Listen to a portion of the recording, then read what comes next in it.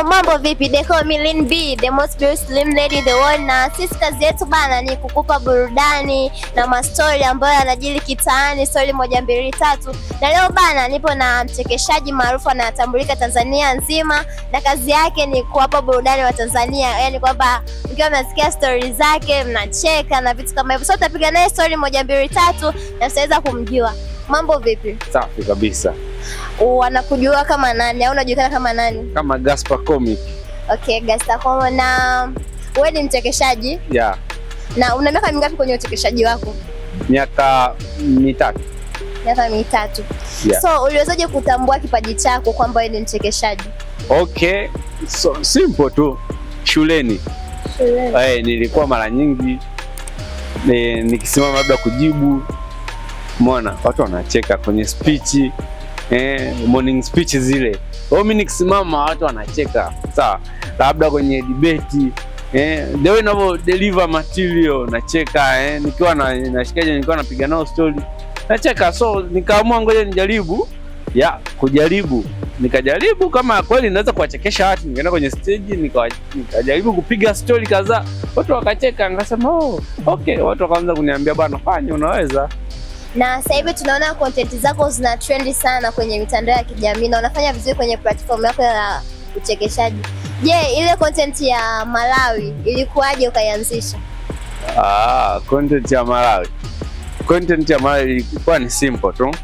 Nilikaa nyumbani nikafikiria, nikasema nitengeneze idea gani ambayo itapendwa na watu. Nikaenda kwenye content gap. Nikaangalia unaipondea Tanzania.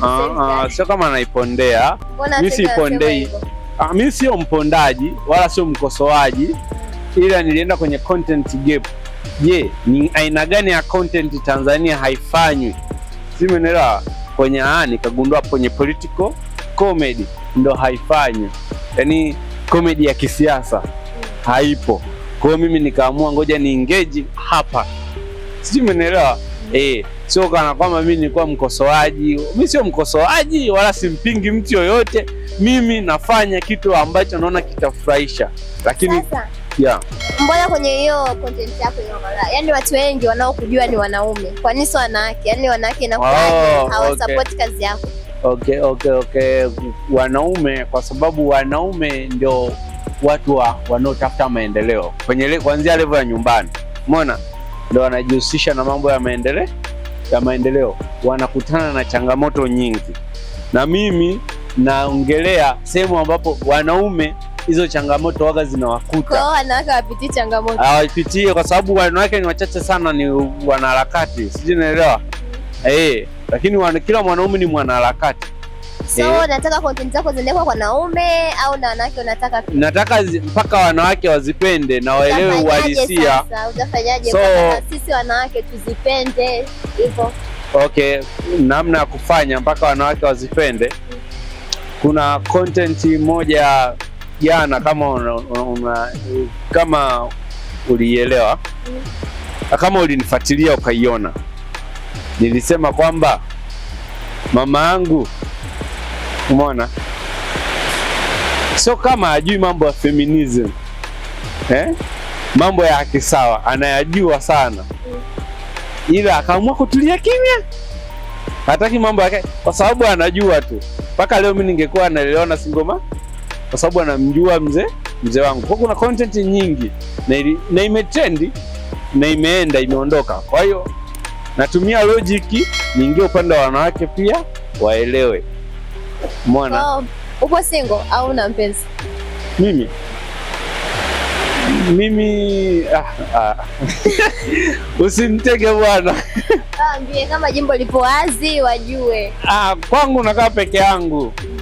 Kwa upo single. Kwa Watanzania wajue kwamba jimbo lipo wazi. Liko wazi. Kwa sasa hivi ninakaa peke yangu tu, elewa hivyo. Nakaa peke yangu sasa. Haushai kuumizwa? Kuumizwa? Yaani mimi bwana siko sana kusingeji sana nayo mambo. Na la sipendi kuyaongelea. Unajua sasa hivi Arusha kuna baridi. Wanawake wa Arusha wanakula hela. Unawezaje kuvumilia baridi? Kuvumilia baridi ni ngumu. Sijui umeelewa. Unajua Geita, umekaa pale Geita kwako kuna vishawishi kuna mafuta ya nywele, mafuta ya sabuni, unaamua tu kucheza Dream League unajiweka bize. Kwa hiyo mimi ndio hivyo Kwa kwenye sanaa yako ni changamoto gani unaipata kwanza? Changamoto ambayo unaipata kubwa kabisa, kutishiwa. Watu wa siasa wananitishia, watu wa dini, ukifanya content ya dini wanakutishia utalaaniwa na Mungu. Hawajui. Unaona uko unaogopa? Mimi simuogopi mtu yoyote. Ngoambie kwa mfano, watu wa siasa simuogopi mtu, watu wa dini simuogopi mtu, kwa sababu kitu ambacho wakijui mimi ni Mkristo kamili. Sawa? Mkristo kamili. Tena wewe mwambie nimefunga ndio. Umeona, mimi ni Mkatoliki na sadiki kwa Mungu Baba Mwenyezi, muumba mbingu na nchi. Na sadiki kwa Yesu Kristo, mwana wa pekee wa Mungu. Shalom, shalom. Na sadiki katika kanisa takatifu. Umeona, kanisa la mitume Katoliki. Kwa changamoto yako ni hiyo tu, kwamba watu wa dini na watu wa siasa? Changamoto ziko nyingi. Ndio kubwa. Hiyo ndio kubwa kwa upande wangu. Changamoto ziko nyingi. Crew sometimes inaofanya nao kazi, sometimes inakuwa changamoto. Labda kuna watu wanakuja na interest zao, hawajui the hustle. Wanataka zania nikifanya content pamoja na Gaspar takuwa mkubwa. No, kitu ambacho sio kweli. Kwa hiyo faida gani pia? Sio kwenye hasara, lazima kuna faida pia. Kwa hiyo unapata faida gani kwenye hapo industry yako unaoifanya? Industry. Faida naoipata, faida kubwa kabisa ni kujulikana. Kwanza tumejuana na watu wengi sana, na wengi wamenijua. Umeona, ambao inakupa support pia. Unapata hela kidogo. Mungu amejalia, nasema kama ni baraka za Mwenyezi Mungu tu. Unapata hela kodi na chakula basi. Kwa hiyo una kipi cha kuambia Tanzania wanaokuangalia sasa hivi? Ya kuambia Watanzania wao, wanielewe mimi. Mimi nafanya sanaa ya kuelimisha. Sifanyi sanaa labda ya kuponda, kukosoa. Sifanyi sanaa ya kukosoa dini wala siasa wala kuponda mtu au kumtukana mtu. Nafanya sanaa ya kuelimisha jamii ielewe kipi ni sahihi, kipi sio sahihi, sawa? Au sehemu gani huwa ni mchezo tunafanyiwa udanganyifu au sio uhalisia. Kwa hiyo mimi ndo sanaa naoifanya. Kwa mfano, kuna juzi nilifanya content moja kwamba ikitokea Mwisraeli akarusha bomu Malawi, kuna wa Malawi wataenda kusali wakimwomba Mungu wa Israeli lakini Waisraeli wao ndio wameturushia sisi bomu, lakini wataenda kumwomba Mungu wa Israeli, Mungu wa Yakobo, Mungu wa Isaka. Sijui unaelewa. Lakini kuna watu wa dini wamekuja, wewe utalaaniwa na Mungu, usicheze na dini na nini. Jamani, wewe ndio muabudu Mungu, siabudu Mungu wa Israeli. Muabudu Mungu wako, muumba mbingu na nchi, sio Mungu wa Yakobo. Kwa nafanya sanaa kwa ajili ya kuelimisha watu, sio kukosoa watu wala kubeza wala kuponda.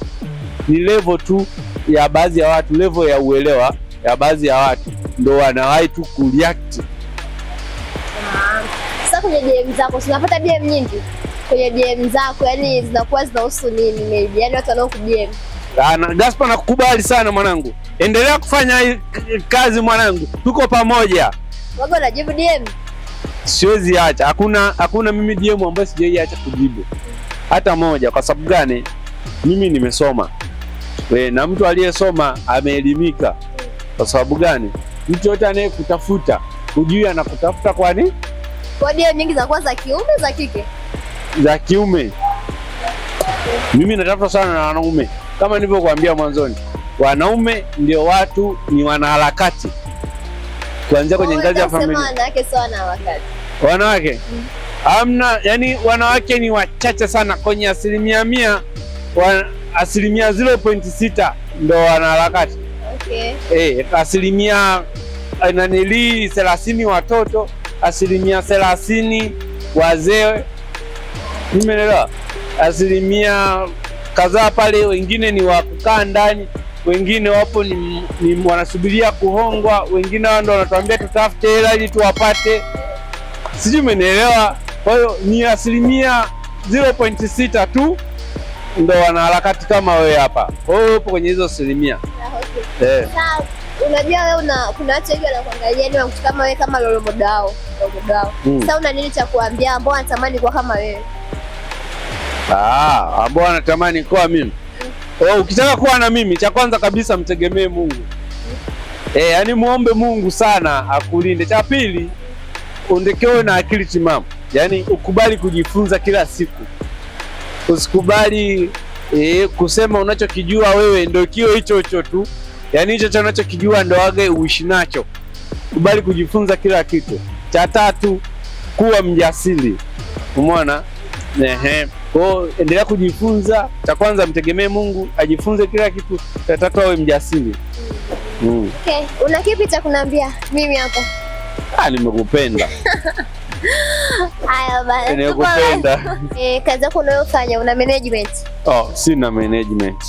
Mimi mwenyewe ndo naweza kujimanage. Kwa hauna manager? Sina manager. Yaani naweza kujimanage, naweza kujipambania mimi mwenyewe na sasa hivi sina mambo mengi. Kwa nini? Kwa nini? Yaani mambo mengi naweza kuyafanya mimi mwenyewe, yaani naweza kujisimamia mimi mwenyewe kwa sababu na elimu ya hicho kitu ambacho ninachokifanya. Kwa hiyo najua nini nifanye ili niwe mkubwa, nini nifanye ili nijipambanie, najua nini niongee na mtu akinitafuta. Umeona? Kwa mfano wa ndugu yetu Mac Voice. Umeelewa? Sasa hivi yupo pametokea kama mgogoro wa yeye na management yake. Sio, unaelewa? Kwa sababu wasanii wengi Tanzania wanaamini mpaka wasimamiwe ili wawe wakubwa. Issue yao ni moja tu, kwamba hawana elimu ya nini afanye ili awe mkubwa. Kwa mfano Tanzania kwenye upande wa comedian wengi wanaamini mpaka wapambaniwe na mtu fulani ili wawe wakubwa. Hawaamini wanaweza kujipambania wao wenyewe hadi wakawa wakubwa. Kwa mfano wanaamini sana wakipambaniwa na Koi Mzungu wacheka tu ndio watakuwa mkuu. Ni kweli anaweza akikupambania unakuwa mkubwa, lakini yeye hawezi akatupambania watu wote. Sijui umeelewa? Lakini wengine lazima tujipambanie sisi wenyewe. Juzi nilishamcheki Koi, akaniambia mwezi wa pili atakuwa Arusha. Unafika mwezi wa pili mimi sikuwa Arusha, nilikuwa nje ya Arusha.